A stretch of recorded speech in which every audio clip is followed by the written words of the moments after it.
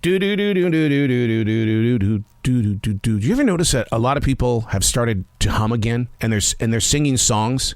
No, really, you got to pay attention to what other people are doing, because it might be that one seed of inspiration for your own life. But I'm noticing a lot of people are just humming. Now whistling. That drives me insane. That's one of my pet peeves. I'm not someone who likes to listen to other people whistle. And I don't know if that's because that's associated with my father. My father was a whistler, and I just didn't tap into that when Dad would do that. He would yodel in the kitchen, but I never ever heard him hum or even sing a song. He would always whistle. And for some reason, that serves as a negative. And I don't know if it's because I'm just being selfish and that was just a dad and me moment. It's like, no, nobody else whistles. Only my dad whistles, okay? That is pretty selfish, isn't it? Hey, it's Arrow. This is The Daily Mess, a chronological walk through an everyday world. I am a daily writer. I am a silent watcher, a wolf. I sit beneath the brush and I just watch life. And then I write about it. I write about the things that people are doing, not doing, would like to do, and some would say,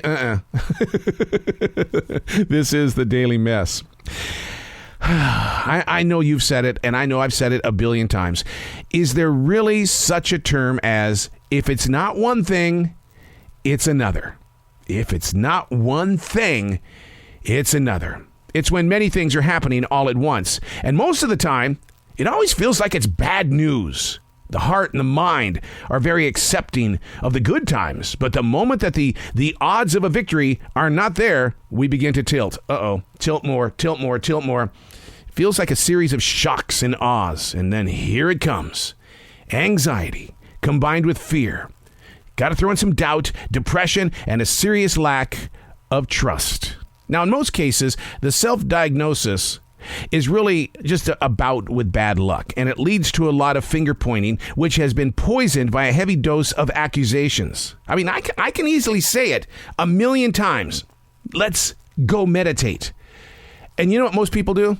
Yeah, I do that at about 2, 3 o'clock in the morning. Oh, I get it. Thank you. At least you admit to doing it that early. But, you know, when things are falling apart, it's usually in the broad daylight. So let's go meditate. Yeah, that's not really for me. And I'll tell you, the reason why a lot of people don't want to meditate or admit to doing it is because it takes a lot of months and years to understand what meditation is doing to you, mindfully and spiritually. During these ever-changing times, our batteries, they're not fully charged anymore. We're struggling to keep up while quickly falling very, very far behind. The mind is on a mission. I admit to that. While the heart is really locked in to a mode of, I got to recover. Come on, give me some time to recover. The mind is working. The heart is saying, retreat. So what we have to do is we have to find some harmony here. Know where the space is. And when you find that space, sit in a moment of mindfulness. Oh, no, man. I got to be going all the time. I have to have something on the flat screen. Let me have my iTunes or my Spotify. No, I got to fill this space up with something. You don't. You really don't. One of my favorite things to do, and I invite you to join us sometime, and that is to just sit in your living room with nothing going on. Put your smartphone way over there because you're going to have to move to get it. You don't need it. Maybe have a glass of warm water, a sip of tea, some coffee.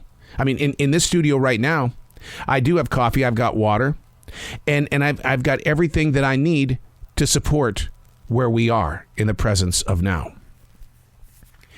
Find that space. Enjoy that space. Sometimes in my space, I'll grab a writing instrument and I'll do a defrag journal. I'll write into the defrag journal. It doesn't have to be positive. It doesn't have to be negative. It doesn't have to be anything. It can be just a subject about birds fluttering by the window. Locating that space. Because, you know, when we do say that, if it's not one thing, it's another. You know what that's saying? You need to find some space because your concentration right now is on the negative. You're not going to say, if it's not one thing, it's another, if you're winning. We've said that. It's only when your heart and your mind identify with the bad luck. Find the space and give yourself ample room to just breathe. It is the greatest feeling in the world to sit in a living room with nothing but your heart going on. I'm Arrow, and that's the Daily Mess.